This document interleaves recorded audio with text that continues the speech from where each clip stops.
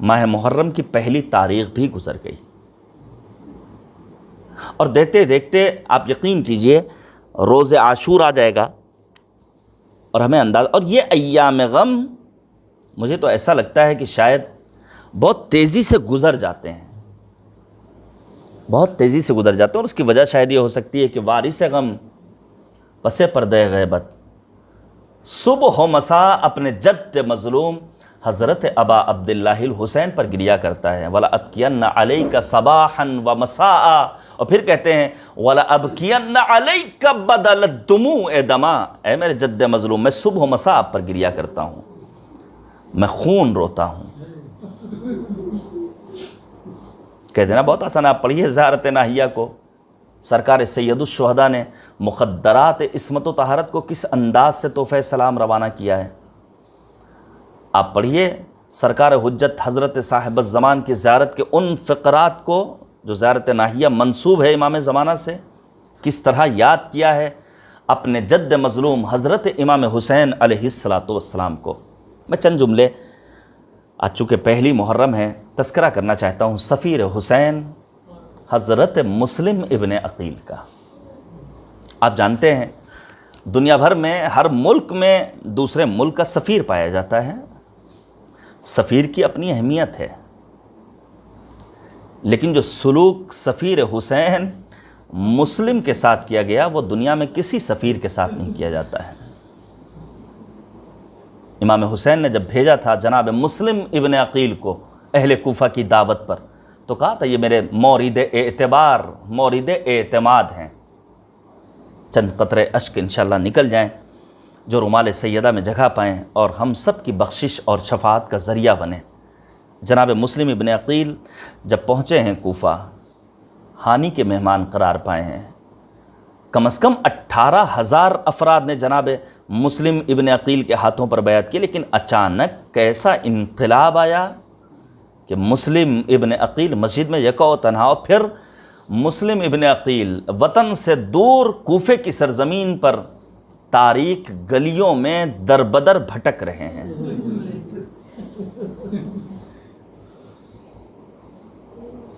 جناب مسلم، میں آپ کو بتاؤں، میں سمجھتا ہوں کہ شاید راہ کربلا کے پہلے پیاسے کا نام ہے مسلم ابن عقیل۔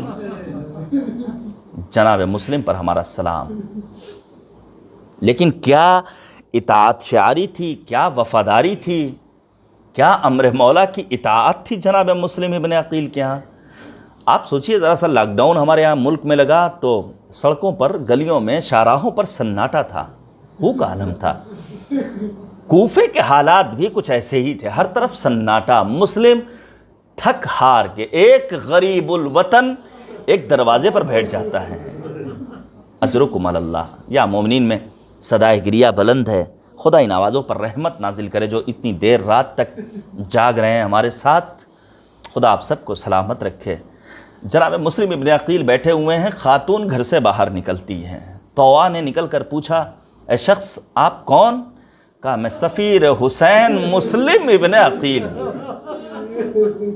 طوع نے یہی تو کہا تھا حالات اچھے نہیں ہیں، یہاں سے چلے جاؤ، لیکن جب مسلم نے تعارف کرایا میں سفیر حسین ہوں، آقا حسین کا نام سنتے ہی طوع تڑپ گئی، دروازہ کھول دیا، دروازہ کھول دیا۔ جناب مسلم مصلی عبادت پر نصف شب گزر چکی ہے، اور جب طوع کا بیٹا آتا ہے دریافت کرتا ہے یہاں کون؟ کا آقا حسین کے سفیر مسلم ہیں، لیکن ایک خیانت نے کام کو خراب کر دیا۔ صبح ہوتے ہوتے لشکروں پر لشکر آنے لگے، اور پھر جب گھوڑے کی ٹاپوں کی آواز اس ہاشمی جوان کے کانوں تک پہنچی ہے تو ناموس کی حفاظت کی خاطر مسلم گھر سے باہر نکلنا چاہتے ہیں۔ طوع نے روکا، آپ باہر نہ جائیے، حالات اچھے نہیں ہیں۔ آپ سنتے ہیں مسلم نے فقط ایک جملہ کہا تھا، اے طوع میں نہیں چاہتا کہ میری موجودگی میں آپ کے گھر پر اشقیاء گھر میں آ جائیں۔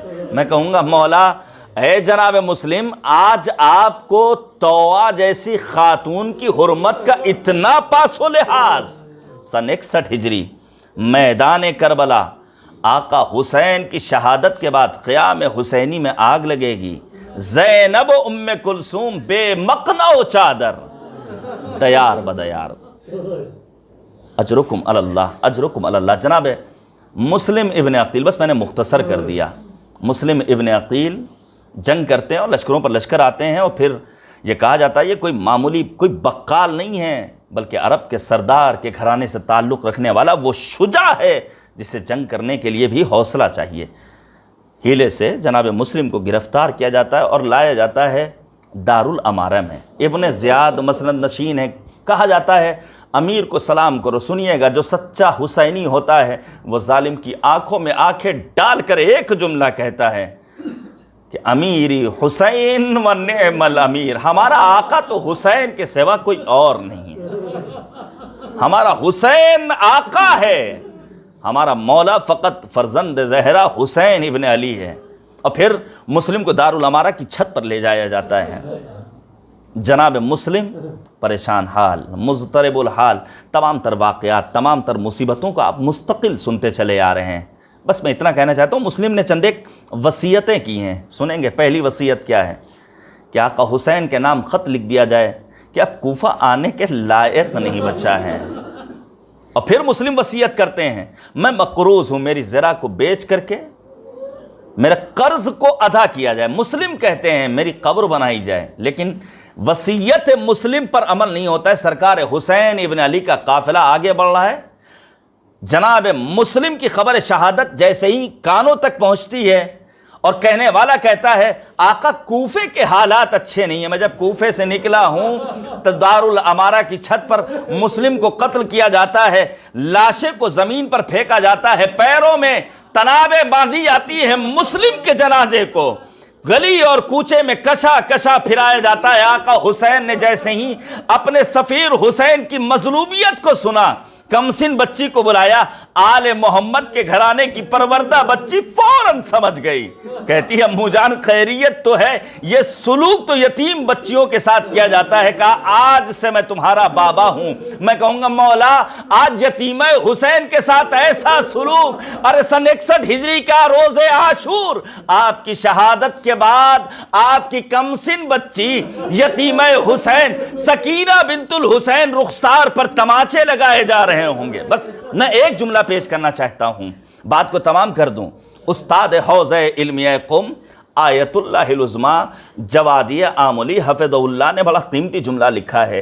بعد شہادت حسین صاحبان اولاد تشریف فرما ہے، مجھے بھی اللہ نے بیٹی کی نعمت سے نوازا ہے، آپ کے پاس بھی یہ عظیم دولت موجود ہے، لیکن پیار بیٹی کا حسین ابن علی سے پوچھو۔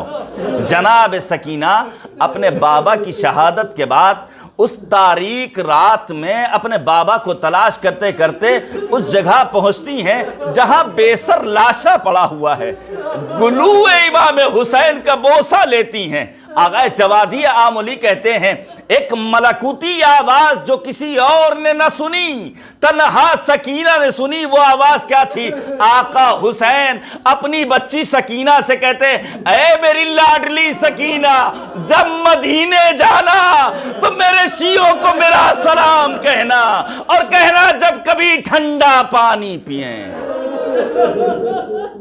وَسَيَعْلَمُ الَّذِينَ ظَلَمُوا أَيَّ مُنْقَلَبٍ يَنْقَلِبُونَ إِنَّا لِلَّهِ وَإِنَّا إِلَيْهِ راجعون رضا بقضائه وتسلیما لأمره الہ لا معبود سواک بسم اللہ الرحمن الرحیم اللہم انی اسألک بحق محمد وانت المحمود وبحق علی وانت الاعلی وبحق فاطمة وانت فاطر السماوات والارض وبحق الحسن وانت المحسن وبحق الحسین وانت قدیم الاحسان وبحق الائمة التسعة الطاہرین من ذریۃ الحسین علیہم السلام۔ معبود ہماری اس عبادت کو قبول فرما، ان مجالس میں دامیں درمیں قدمیں سخنیں شرکت کرنے والے تمام مؤمنین کی حاجتوں کو اپنی بارگاہ میں شرف قبولیت عطا کر۔ معبود ہم سب کو کربلا فہمی کا شعور عطا کر دے، ہمارے جوانوں کو زیور علم و عمل سے مالا مال کر دے۔ معبود واسطہ ہے محمد اور آل محمد کا، راہ کربلا ہموار ہے الحمدللہ۔ سوشل ڈسٹینس، آج آپ نے بین الحرمین کی وہ تصویریں دیکھی ہوں گی کہ کس انداز سے انتظامیہ نے حرم حضرت ابوالفضل العباس اور حرم حضرت سید الشہداء امام حسین کے منتظمین نے فاصلے کے ساتھ زیارت کے اسباب فراہم کیا۔ معبود تیری بارگاہ میں ہم اپنے گنہگار لب و لہجے میں دعا کر رہے ہیں، ہم سب کو 40 حسینی کے موقع پر کربلا کی زیارت سے مشرف فرما۔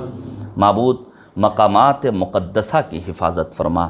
اے کریم پروردگار، ان مجالس میں جو ہمارے برادران، چاہے وہ مسلم بھائی ہوں، چاہے یہاں ہمارے عباس صاحب ہوں، چاہے وہاں ہمارے دیگر برادران سرور ہوں یا دیگر افراد، اے کریم پروردگار ان سب کے توفیقات خیر میں اضافہ فرما۔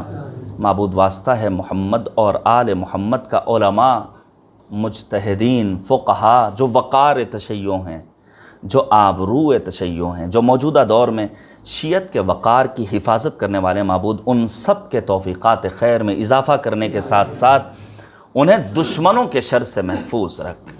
سید مقاومت سید حسن نصر اللہ کا سایہ ہمارے سروں پر قائم و دائم رکھ۔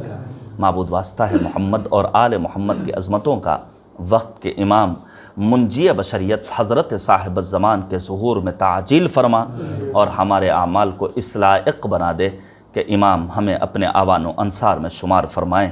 ربنا تقبل منا انک انت السمیع العلیم۔ ماتم حسین۔